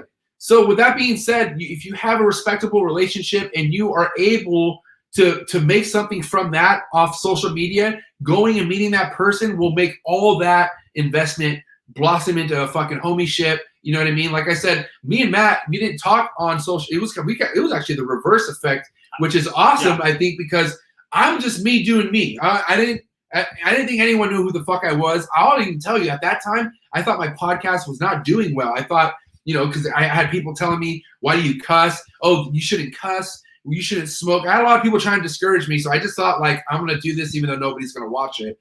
But when I heard Matt, you know, come from the left field and fucking Slipknot field, I was like, wow, like this is epic. And then it turned into me following him because how he supported me. But then also, you know, we clicked too. Like, I mean, I don't know. Not too many people could say they could go to their favorite band concert for the first time and then run into someone who supports them from something they've been doing for the last 4 years, grinding their ass off. That's like the craziest part. You got to think like that. There's like 60,000 people there. We're in a pit. Yeah. Like the odds of that happening are ridiculous. So it's just like, you know, all I could say to anyone out there who's like, man, I want to get a bigger following. I want to be noticed more. Just if you're working with the right shit, or if you're just doing right by the stuff you work with, all the other stuff will come. It's just timing. You know, you can't really put a timeline on success. You can't put a timeline on, you know, when you get put on the map. It just happens when it happens. But it ain't gonna happen if you get stuck in your own head and you start fucking discouraging yourself, and then all your other work starts getting fucked. Once your work starts deteriorating, then all your hopes and dreams that you've been trying to work for is gonna deteriorate. You know what I mean? So, you know, and it's not easy sometimes. I mean, Matt, let's be honest. How many times have you gotten in your own head sometimes thinking like, fuck, man, like maybe this pic didn't get as many likes as I thought, or, you know. Just recently that happened to me. Right? I had a pic that was just like, I had a reel that took off. Right. And did real good. And then I had a pic that I posted where I was like, what the fuck? This is like, I mean, we're talking like a half hour in and it had like a handful of likes. And I'm like, that's not normal. What the hell's going on? Right. But that's natural. But that's natural. That's natural for you to see something go so big and then the other ones see like, oh, what's that? But at the end of the day, it's called the algorithm. It is the algorithm. And some people just, some things hit, some things don't. Like, you know, like I had that picture of the Super GHI Mojave Leopard Hypo and Shed that blew the fuck up. I guarantee if I post that. Not a real snake, by the way. Not a snake, yeah, a fake snake, by the way. No, but, you know, I mean, I don't, you know, there's a chance where if I repost that same picture, it's not going to get nearly as many likes. It could get more likes. You don't know. But nothing's consistent, like, unless you just know how to work algorithms in your own, you know, your own count. It's not easy. Some motherfuckers got it down. Like, you have JP, Chris Surstry, Ball Python, you have Miguel. Like, you know, they're just algorithm pros. Like, they know how to work it. And it just takes time. And I can tell you, me personally, like, I love all my followers, but my game plan isn't like followers. I want to build my shit organically as fuck, naturally. Yeah. If you fuck with me, you fuck with me. I thank you so much. I appreciate it. But MJ's not going to stop being MJ because I only have 12,000 followers, not 100,000 followers. Like, honestly, the more followers, the more shit you're going to get. I'm telling you, and shout out to my boy Andrew Acevedo because he's seen me grow with the podcast and the Instagram, and he knows that I could be MJ. But the more eyes that go on you, the more you got to be careful on how yourself you can be. And I love being myself, but sometimes the wrong thing could be said. You know what I mean? And it's funny I bring up Chris Surgery because what he went through. Look what he fucking went through. And Chris is a human being. You know what I mean? Chris is still my friend. I support Chris. He's one of my Patreon members, and I will always support Chris. People make mistakes. People make mistakes. It's human nature to make mistakes. Nobody's perfect. I've made mistakes. I've said stupid shit. But at the end of the day, the whole people make mistakes is not an excuse in this generation nowadays. They will tear you down. They will burn you down. They will cancel you, even though I feel like that is – I don't even want to talk about that. That is stupid. Good luck canceling me. We're going to get canceled for talking about cancel culture. Cancel me. I dare you. Please, let me know what your game plan is about that. But anyways, I feel like a lot of this shit is just instilled in people's head where that's why they don't want to be themselves. That's why they're so reserved. And there's a fine line. Trust me, I've come a long ways. I mean, if you followed me 3 years ago, you would see how insane I kind of was on my stories. And I did die back because, I still want to go that hard sometimes, but less is more. And, I do want to respect the people who come and follow my work, not me. Yeah. So I'd rather dial myself back and keep it more about my animals because it's about my animals. It's not about me. Which is why I do what I do. I make my main posts are the snakes, and then the stories are the personal stuff. If I go to a concert, I'll post it on my stories. I'm not going to post it on my main page. Right. Because you were the one I was originally thinking. I remember hitting you up about it. I was like, should I make just a page for the business and my snakes and keep the personal one, or should I just convert this into my main page? And you were like, just convert it because, I didn't post a lot to begin with. So the idea of running 2 accounts just seemed stupid to me. Well, let's think about this. How many followers did you have before you even started posting snakes, if you could recall? Maybe 800. You had about 800? 800. Okay. Yeah. But a lot of that was from my previous stuff being involved in Star Wars and gaming and all that. So you probably lost followers then. Oh, for sure. So you lost a lot of followers, okay? So you got to understand, since you've gone more the direction of posting snakes, you've built a bigger following. You've built more followers than you originally had with the Star Wars. Yeah. So that means you already have an audience full of snakes. You're not people. People don't care about their personal life. No, yeah. Even though you have homies that do. But I'm saying now you have people more drawn to your account because of the stuff you're posting with the snakes. Exactly. Not because you're at a Slipknot concert. Exactly. Even though if you throw in that you're at a Slipknot concert when you're doing then it's this is what kind of person this person is. Exactly. That's why you don't have to be somebody who posts their face on their stories every day, but it doesn't hurt if you do show yourself every now and then to let people know who you are. Exactly. That's what I like because I nothing against anyone that's just solely a business page. I get that. Right. 100%. But I like seeing pages where they do kind of the same thing where it's I can get to know this person through his stories. Right. You kind of do the same thing. You post your personal life on your stories. And I like that kind of stuff. It feels more like you can build a genuine friendship or relationship with that person when they're posting what they're doing too. You have more of a connection. That guy likes that. I like that too. Let's talk about that. I would rather have people know what kind of person I am straight off the bat versus me trying to have to explain myself because so-and-so said X and X and X from a snake I sold. Because here's another thing about this hobby. You have a lot of people who flip the scripts. You have a lot of people who don't always do good by your name, even though you've done nothing wrong. That's another thing. I had, in the beginning of this shit, I had so many people shitting on other breeders, and I was like, whoa. And then it turns out it really wasn't like that at all. Really, really terrible stuff. Was Bob the one that said something or somebody said something on another table how that guy beats his wife or something like that? Talking to there was one guy talking shit about another guy's table at a show. And Bob brought that up. Yeah. What the fuck? Really? How do you do that to somebody? I think it was Bob. Yeah, I think it was Bob, right? Anyway. Someone brought one guy got a table down was talking about that guy beats his wife. Don't buy a snake from him. I think it was Dale. Was it Dale? I don't know. I can't remember. Anyway. But yeah, remember they were sitting there Jesus Christ. So, but okay, you have some shit that goes down like that. For me, everyone who follows me knows who I am. They know this is MJ. I love how that a lot of people supported me on that post that people were saying my snake was fake. They were like, what? I had so many people jumping down this motherfucker's throat saying that MJ's produced this snake. This is so real. And so at the end of the day, when you have anyone who maybe tries to bad your name and you're not around and it's at a show, you're going to have people who fucking vouch for you, and hopefully they vouch for you. And if they don't, then they don't. But, a prime example would be Barchuk. Right. People talk shit on the guy all the time. Well, not so much now. Right. Now I feel he's got more of the positive experience with folks and the negative. But it's Now, It's keyboard warriors. They talk shit online, but then he'll go to a show and they'll be like, "Oh, hi, Brian. Like, I love your stuff." And it's like, you said this 6 months ago, though. Brian has had so many different new waves of fans and supporters that has outshadowed all these fucking toxic keyboard warriors from the like 2015, 2016, to where like his whole hate group is limited down to a small percentage now. Like, you know what I mean? But Brian still doesn't like to go to shows sometimes because he realizes how fake fucking people are. He has people who roll up to his face saying, "I can't believe you're here. I'm so happy you're here. I love you. I love you." But then he has screenshots of them literally fucking calling him a piece of shit or doing something really terrible. And Brian just doesn't have the energy or does not. He's not how I am.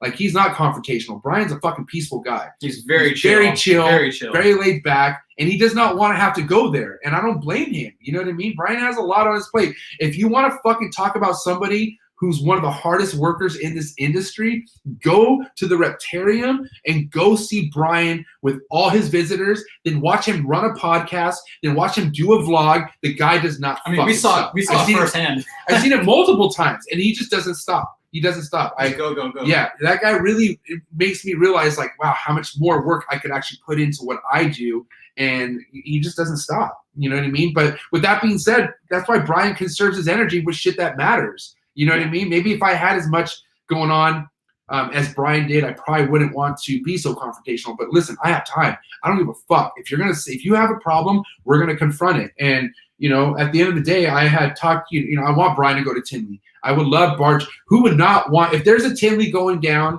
and you out there are going to attend a Tinley, who wouldn't want Barcheck at Tinley? Would you? I'd be stoked. That would be sick as fuck to have Barcheck at Tinley. That would bring such a vibe. I can tell you that right now. And he believes it, but you understand all this past shit, all this old keyboard warrior toxic fakeness really gave the guy PTSD. But you know, I don't know. Hopefully, if Tinley goes down, I'm really confident Brian's going to show up. Cool. That'd be good. That'd be good for him too. Yeah. I feel like.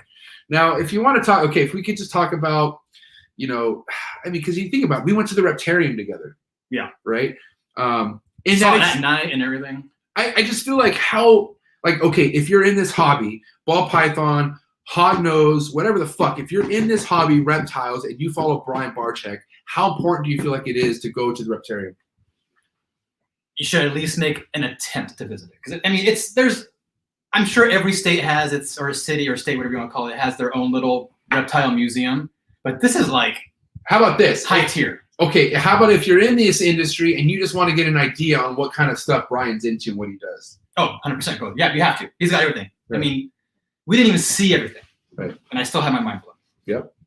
And everything's immaculately cleaned. Like, it's super like hospital level clean. Like, you walk in, you walk into a zoo, what's the first thing you do? You smell shit. Right. Or snakes. Right. Or not snakes, but animals. Yep. You walk into that place and it's clean. You don't smell anything.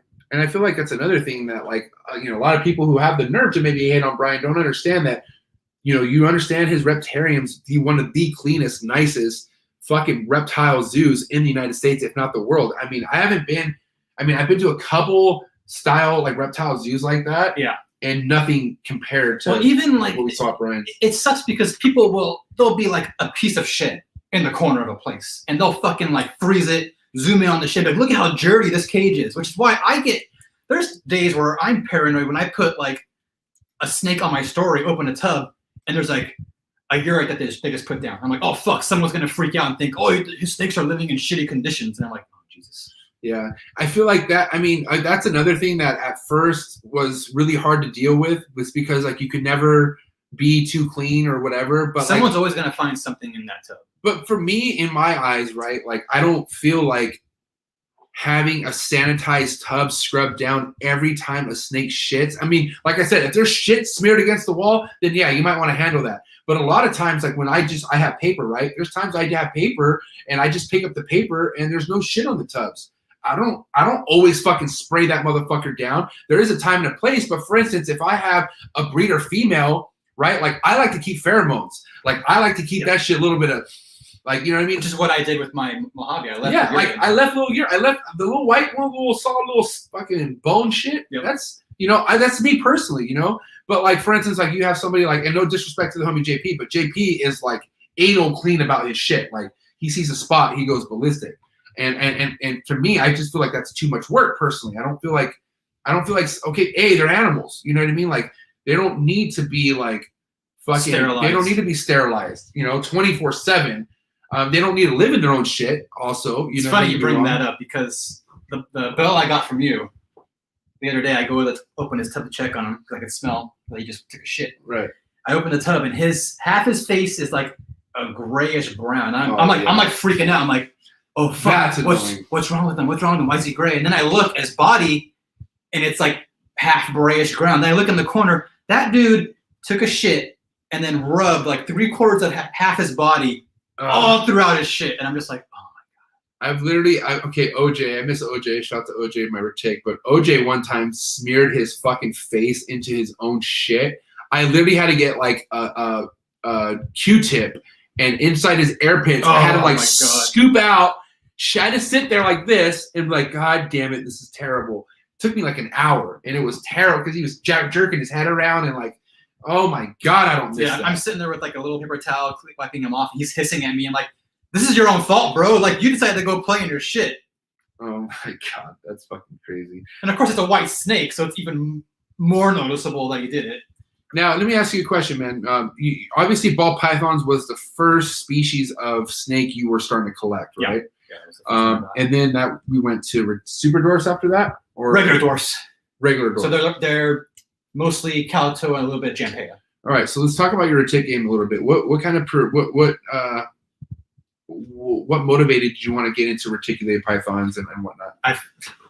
Ironically, I accidentally, luckily I researched it. I almost bought a retic as my first snake on accident. Wow. So I was online looking at more, so I'm like, oh yeah, that looks pretty fucking cool. I think I'll get that. Thinking it's a ball python. Thinking it's not going to get big. Wow. And then I look at it and I'm like, oh, it says reticulated. And then I research it and I'm like, oh fuck, no. And I was in an apartment at this time. Wow. So no way I'm keeping a 20-foot snake. But that's why I got into the dwarf, super dwarf, because I love retics. I don't want a 20-foot snake. No. Like even yours, it's 11 feet. And still, she's a lot of work to hold and hang on to sometimes. Yeah. But that was a big thing for me. I would like to work with them and not have to worry about having someone else at home in case something happens. And having to, and the other thing too is like your feelings too is I get you had them in the 6-foot enclosures, but like I don't want to keep them in a 6-foot enclosure. I've seen how they are. They are arboreal. They like stretching out and having room. So the idea that I can keep a 6-foot enclosure with a smaller version and then it has more room, I feel better about that. Well, here's the thing. Like people don't understand. Like a snake will, like a retic, right? A good subadult to adult retic will blow the fuck up their enclosure when they shit. They shit and everywhere. Drop a gallon of piss sometimes with their shit. It goes everywhere. So if you have that in a confined spot, they don't have much where else to go where they're still sitting in their shit. Exactly. And like when you're like me, and like for instance, one of my biggest pain in the asses when I had 12 fucking big ass retics was like when I had someone looking after my stuff. I didn't want nobody fucking with my retics while I was gone because it's not easy. Like you got to be trained to read retics, and like my dad got 17 stitches. I don't want that happening to nobody. So I would literally have the retics be left alone. But then again, I would come home to the worst smell of shit that they've been sitting in because they have nowhere else to go. They're moving around in it. Yeah, and it's like, dude, I was like, okay, they're breathing it in. Yeah, it's like that's a problem, So, and I remember when I put the super dwarf female I have now, I put her in an 8x3, which was she went from a 4x2 to 8x3. Yeah. And dude, she looked like she was in heaven. She's a pusher too. She stopped pushing when I put her in that 8x3. So right there was like a sign to me. I'm like, at the end of the day, like, yeah, I feel like the retics that could just do fine in a 4x2, 6x2, or whatever are probably snakes that are so overfed. They're just probably not active, and they probably are active, but I mean, I don't know. I don't want a snake like that. My little dude's he's a little over a year now, the boy, and he's pretty, not so much during the day. During the day, he'll just kind of like, I have a log in there, obviously, with like a sunspot and all that. Right. He'll lay on that and just bask. But right. At night, he's cruising through that whole damn cage. Right. Everywhere. Now, with the retics, are you looking to breed at some point? Because you did get some new, what was that golden child you I got a Motley golden child girl, and then the boy I have is a purple sunfire. Okay, so let's talk about and those are super dwarfs, right? Just regular dwarfs. Oh, regular dwarfs. Regular Okay. dwarfs, yeah. What do you, 50%. what's your game plan with that? So that I'm in no rush. It's kind of like I guess you could call it like a side project kind of, to where, because I mean they take what 3 to 4 years to get to breeder size. I feel like. Yeah, the small. Well, yeah, females. Yeah, about 4 years. Yeah. So the whole plan is I'll do the ball pythons, and then once these two are up to size, if at that point I decide, hey, I would like to breed these and get them going, I've already got them to size. I don't got to wait. Right. You know. Okay. And I made sure I got more that I want to work with, not just picked up, whatever the hell I want. Right. So this female right here, right? This is the Motley Golden Child girl that you picked up. This is 50% dwarf, right? Yeah. Okay. She's like 41 Calato and 9 Jampea, I believe. Okay. Cool.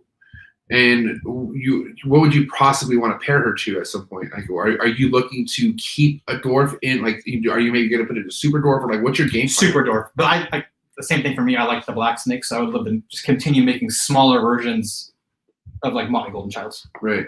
Okay. Now, if you could kind of compare the upkeep from a ball python to a reticulated python, how would you compare the two difference? They're more work, 100%. They piss and shit way more, and they're also minor. She's new, she's super tiny. I mean, she's like finger size, right? The boy is a little bit bigger, but he's also a little more, I wouldn't say cage aggro. He just, when you go by the cage, he's kind of more defensive. Right. But all I gotta do is open the door, tap him on the head with a hook, and he knows, oh, I'm not getting fed, I'm coming out. Okay. Right. Okay. So they're a little more, they're definitely more work than ball pythons, 100%. Like, no question. Now, I know this is a slow grow project for you, right? But how many reticulated pythons do you want to be at? Do you have like a cap in your head, or you just honestly, I probably wouldn't want to hit more than like 5 or 6. Okay. Honestly, like the ball python is my main focus for sure. But like, and anything that's retic wise, it would be kind of like display pet and then breed. Right. So yeah, I wouldn't have them in tubs or anything. Not that my ball pythons are all in tubs, so.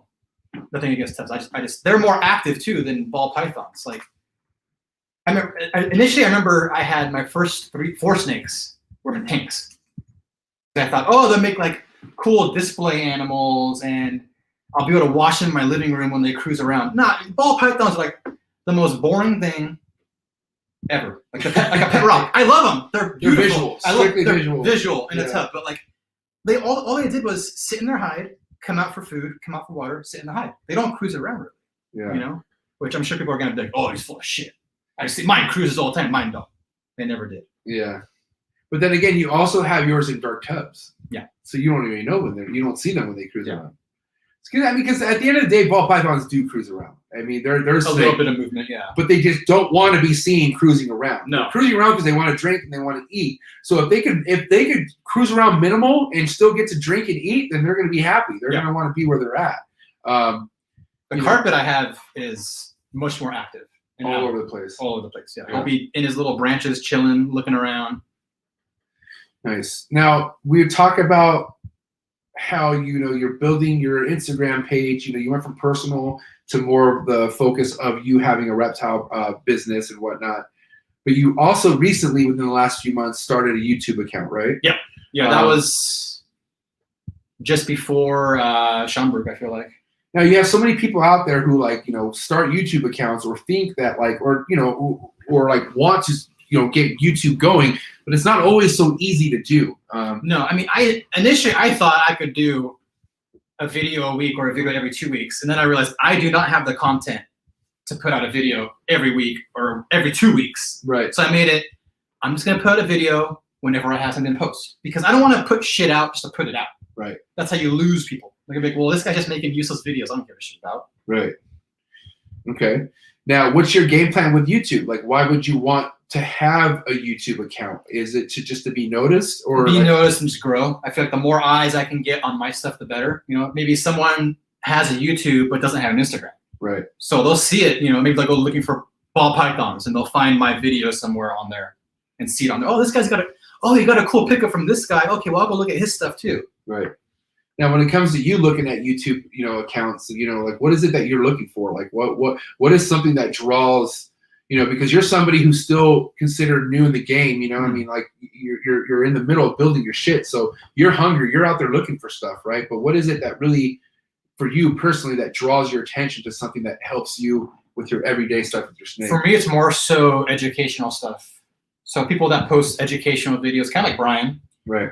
Also stuff that like I can't have. So like we were talking about this in, I think it was Discord? Yeah, it's the Patreon Discord. We were talking about the other night. Like I like venomous snakes. I would love to have a venomous snake eventually, but I get my fix through watching like Chandler and Tyler Miller. Right. Like, I don't want a king cobra. I've got no business owning a king cobra. I can watch that on YouTube and get the same fix that I would get in person. It's funny you say that because I love venomous snakes. Like I love them. But I was really terrified of the rattlesnake I had. Even though I would hold her, my heart was fucking jumping. So it was almost like, I remember every time I was holding her, I'm like, dude, I love this snake enough where I don't need to be doing this, but here I am doing it, right? But then when I went over to Tyler Nolan's place and I walked into his room surrounded by all that death, like, dude, I wanted to get the fuck out of there. And don't get me wrong, I love venomous snakes. But every time I was looking into closure, my heart was like, something's going to bite me, something's going to bite me, something's going to bite me. And then it comes out and I go, God, there it is. Dude, and then Tyler being Tyler, just opening shit up and not giving a fuck. Hope you're ready for that, by the way. Oh, God. It's intense. Yeah, but that's the big thing for me. It's educational. But it's also like I like watching like Billy's videos with like egg cutting. Because I feed off of someone else's energy. Right. And just seeing how excited someone like Billy gets cutting eggs, I'm like, oh fuck yeah, like, that's sick. I love that. Billy's energy, Miguel's energy, your energy. I feel like that those were like the energies that birthed my energy to what I bring to the table, because I saw that there were people out there passionate. Like you see some people who just aren't, like they're more behind the scenes, and that's all cool. But you also can put your stuff out there more if you want. It's free. Like why not? Like your energy and time does cost yourself mentally, but still, like it's up to you how bad you really want this. And I do see that a lot of people are super pumped up in the beginning. A lot of people do go hard, their YouTube stuff, but then I feel like they give up too soon. I feel like they don't see the results that they want to see right off the bat within the first year or two, and they just stop or quit. That's why I felt bad when I was like my first 3 videos I did were week by week. And then I took like a month off because I didn't have content. I was like, fuck, everyone's going to think I just gave up on YouTube already. Like, oh, this guy's not putting shit out. Like, but no, it's just, right now I'm in the mindset of I'll put out content when I have it. So if I get a new snake that I think I want to put on there, I'll put it on there. You want me to give you some advice? Yes. Put shit out there. Just put everything out there. It doesn't matter. Because listen, at the end of the day, like it comes down, because there's like, okay, even YouTube has reels. Like you could do like little short videos, right? So the way I look at it, and I don't do reels. If what helps my YouTube is this shit right here, and I don't want to do, I have to post every now and then. But for instance, for Matt, right? Like Matt's somebody who wants to maybe get the ball going and just doesn't feel like he has enough for 8-10 minute video all the time, right? But all I gotta say is, like with YouTube, just like social media, like Instagram, anywhere else, there's hashtags, there's things that you can do that will get anyone to notice your fucking thing. So funny you say the hashtags, because I didn't know you could use hashtags on YouTube. Yeah, you can. And until I used it, and I was like, oh, I'm getting way more views now with hashtags. Oh, okay. And if you Google hashtags, you could Google a hashtag and a YouTube link will come up. Okay, so there you go. Like I feel like, at the end of the day, like just keep putting content out there. If you have nice animals, if an animal just came out of shed, put that on. Why not? If the animal fucking I don't know, there's sheds, there's there's updates. I do understand that there comes a point where you don't want to be repetitive. Yeah. But, when you can, push it out. You don't want to post like 6 videos. My snake shed, guys. Like, right. But, you can find a system. You can find, I want one person I've always looked up to, like his uncuts and all his music fucking videos is Cusco. Cusco finds something for every reason to post. And, you just got to get crafty with it. He's another one that was like, is on my list of people that like inspired me to do not just YouTube but everything. Right. Like, I would love to meet that guy. I haven't met him yet. Right. And then real quick, shout out to Conworker 1. I feel like if you don't pay attention to the reception you're getting from the stuff you put out there, all that stuff will come, because it's like what me and Matt were talking about earlier. You could maybe post something one day and get groundbreaking likes, and you're like, fuck yeah, I'm motivated to post again. And then the next pic, which is probably a better looking animal, tanks. Yep. You know, I just had that happen.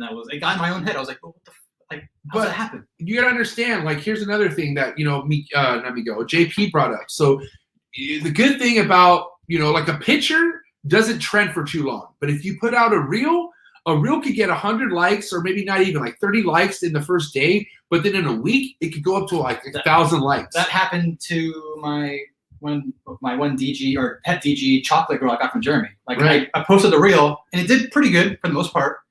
And then like 2 weeks later, just fucking blew up out of nowhere. Yeah. Nowhere. It just likes and views, everything. I'm like, what the hell's going on? I mean, this shit all comes down to a strategic plan. Just because, I mean, all because, you know, like if it was so easy for everyone to have a huge following, everyone would have a huge following.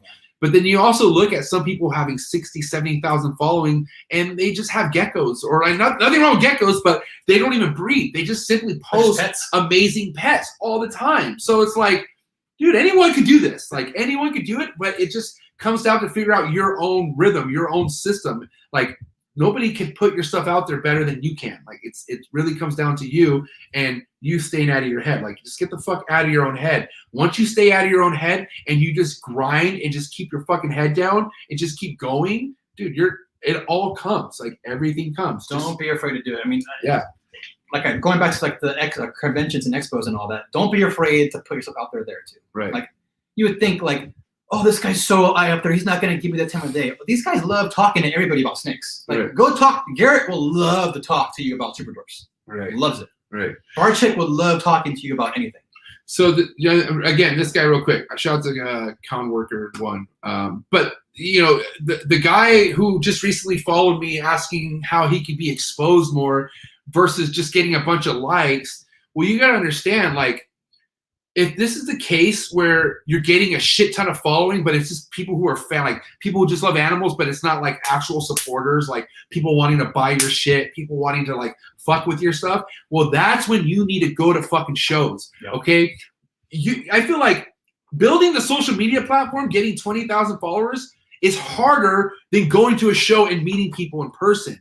Because when you have such a bigger following and you actually go in person, people see who you are, they're going to go, oh, wow, you actually got fucking 30,000 followers. Like, you actually have sick shit. Where the fuck you been? Oh, I just been grinding. Well, there you go. Like, you need to start doing things differently. Don't just be somebody who sits at home posting animals all the time. Yep. Figure out how you can get to a show. Figure out how you can collaborate. Collaborate with people, man. Like, collaborations is something I've been doing from the beginning. Going to a show, you're going to build a more genuine relationship, too, than over the internet. Right. Like 100%. I mean, because anybody could be anyone over the internet. And that's one thing I can't stand, because you have someone who, you know, puts a persona or acts like they're a certain way, and then in real life, they're not even close to that. And, you know, that's just unfortunate. But that's why you have keyboard warriors. That's why you have people who just act a different way because they feel like, well, I'm never going to see this person. So I don't give a fuck. You know what I mean? And, you know, you don't want to associate with people like that. Like, you want people who have no problem meeting you someday, you know, even talking to you on the phone, like, you know, and that's another thing too. If you have somebody who's willing to text you or willing to conversate with you, you need to invest in that person. Yeah. Because, you know, not everyone just wants to be like, you know, here's my number, let's talk. They might even believe in you or something, you know? So I don't know. I feel like there's a lot of opportunities out there to get noticed and get exposed.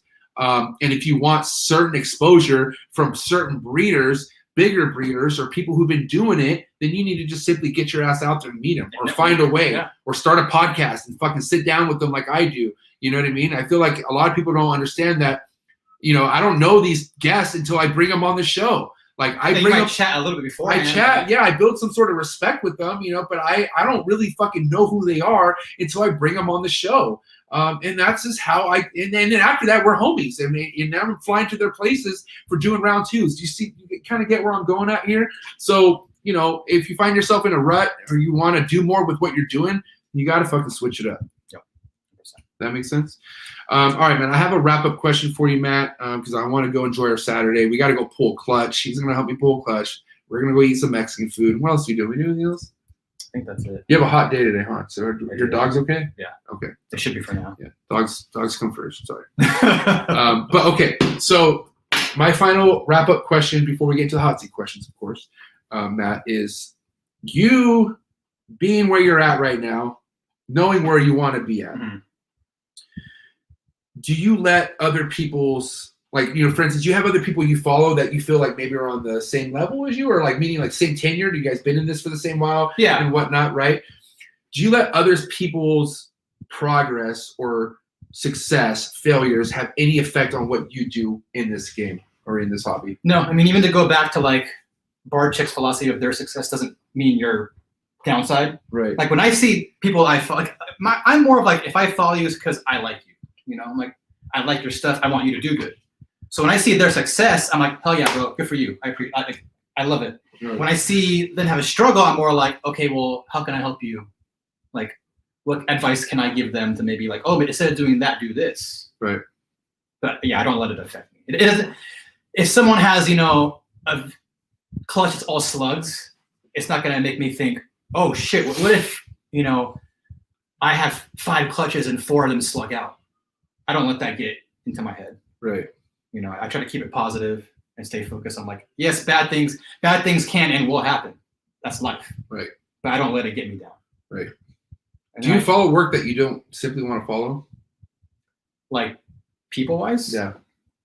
And you can be real about it. It's a real question. Like, I mean, like, do you feel like there's people you follow and you're just like, you're doing it to be nice? No, not for the most part. I mean, there's some people that like I've known before the Reptile stuff that I still follow just because I don't want to. Because you're homies. Because I'm friends or I've known them longer. And I'm like, I don't want them to follow you. But I'm talking about like, you know. I have to have like a general interest in their stuff. Yeah. But you know, you know, sometimes you follow people that just turn out to be fucking shit. Yeah. You know what I mean? So like, are you somebody to continue to follow shit people, or do you unfollow them? Oh, I unfollow. If someone's like a complete dick, I'm like, I'm done. No, and if that's the case, like, there's no sense of supporting someone you truly don't really like or support. Right? No, Like, it makes no sense. Okay. If you don't like someone, why? Like, don't be fake. I'm real about it. You know, if I don't like somebody, I'm not going to be fake one way and then be. I can't live that two-faced life. I can't do that. That's why he's Matthew Sommers. I can't do it. I can't do it. So it's like if I see it's someone, too much energy. it It's is, like, and bro, I'm not an actor. Like, I'm not Jim Carrey. Like, you know what I mean? Shout out to Jim Carrey, my favorite actor, but I'm just saying. I just don't know why people do that. It's the big thing for me is why it takes so much more energy to be negative and a hater than it does to be positive and a supporter. Yeah. Right.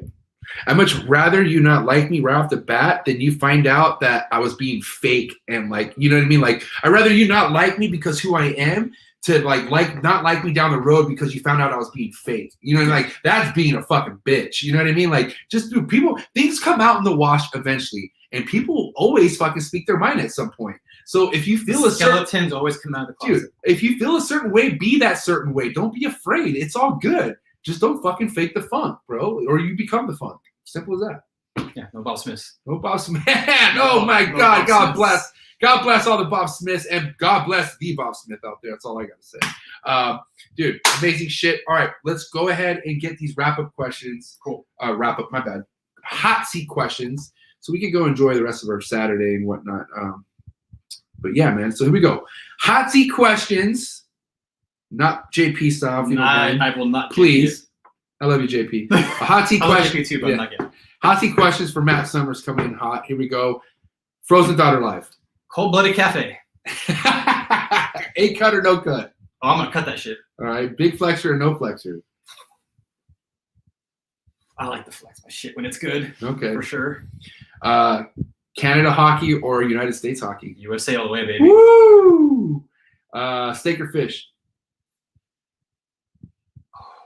I love steak, but I'm older now, and I know steak is not good for you all the time, so fish. Marilyn Manson or 9 Inch Nails? Oh, my God. Got him. 9 Inch Nails. All right. Even though I have met Manson, but it's Trent Reznor, man. Yeah. You can't. Oh. I mean, as far as like if you want like overall people in person, like and 9 Inch Nails definitely way less piece of shit than Marilyn Manson. Let's see. West Coast rap or East Coast rap? West Coast all day. I'm California, man. I can't go against West Coast. Favorite West Coast rap group? Group or person? Group. It's gotta be NWA. I was gonna say Dog Pound, but that's good. NWA, you can't read. West Coast Connection. That was actually a good one. That was a good one too. Cypress Hill. It's like, oh, Cypress Hill was a good one too. Yeah. All right, sorry. All right, little word association. First thing to come to mind: milk, Titties. cocoa, Husk. stuck shed, Trouble. ICAP, Soak. day 55, Cut. Instagram trolls. I am fueled by your hatred. Even though I have not had a troll on Instagram yet, Yeah. surprisingly. Acid or stranger? Acid. Sounds cooler. All right, sounds good. Sounds funner too. Sounds way better. Yeah. All right, my man. Should I even say this? But which one would go? Instagram or Facebook? I don't have a Facebook, so There you Facebook. go. Simple as that. Dude, fucking Matt Sommers. Hey, listen, I will say, even though Matt has only been in this game for at least, what? How long you got the brand? Not even a year? A year or so? What? How long you actually have? 9 months. 9 months, okay? Very new in this game, but I can tell you right now, he's respected by a lot of people who are also new in this game and following it right also as well, because Matt's big time supportive. He wants a lot of people out there to win, and he's actually working with some amazing shit himself. So with that being said, I do know there was a lot of people out there excited for this show, Matt. What do you have to say to everyone out there rooting for you and everyone who supports you? Just a huge thank you. Like I said, I'm new, so the idea of coming into an already very established hobby and actually getting people's support, it means a lot, man. I mean, just these are folks that they don't gotta follow me. I haven't produced anything. They could just be like, oh, screw this guy. He's just another one that's gonna come and go. But no, the absolute support I've gotten means a ton. And if you fuck with me, I'll fuck with you. Yeah, I think they follow the MSR is what they follow. Yeah, the actual brand, baby. So thank you, man. Appreciate it, brother. Good shit. Thank you for having me on. That means a lot. Yeah, all day, every day, man. So I appreciate all my supporters out there as well. Thank you to all the viewers, everyone who's tapped in. I hope you guys enjoy the rest of your weekend. And yeah, be ready for episode 100. Okay, we're not going to drop. Good. It's a secret. Not telling you who it is, where it's going to be at, any of that. But just make sure you're tapped in next Thursday. Subscribe. Trust me, you're going to want to subscribe. We're also on Apple, Spotify. We're on Apple Podcasts, Spotify, Buzzsprout, all of the major podcasting platforms. And like I said, if you guys ever need to get a hold of me, or you just want to see what kind of stuff that I'm working with personally, go check me out on Instagram, mjexoticscartal. Go follow the podcast's Instagram page, Trap Talk with MJ Podcast. Twitch, I don't know what happened to you today. I hope everything's good over there, but shout out to Twitch. And then Patreon, man. If you are looking to support this channel more than a subscription, please do me a favor. Go down to the link, click on the Patreon link, and guess what? We're having a Trap Talk Zoom session tomorrow. Boom. Yes, that's right, Patreon family. I'm bringing it back. Trap Talk Zoom session, 6 o'clock Pacific Standard Time, happening here with us. Patreon only. That way, if you want to join it, you can tap in with us. Click on that link, and yeah. Trap fan, best fan. All the day, every day. All right, man. Have a good day. See you guys next week.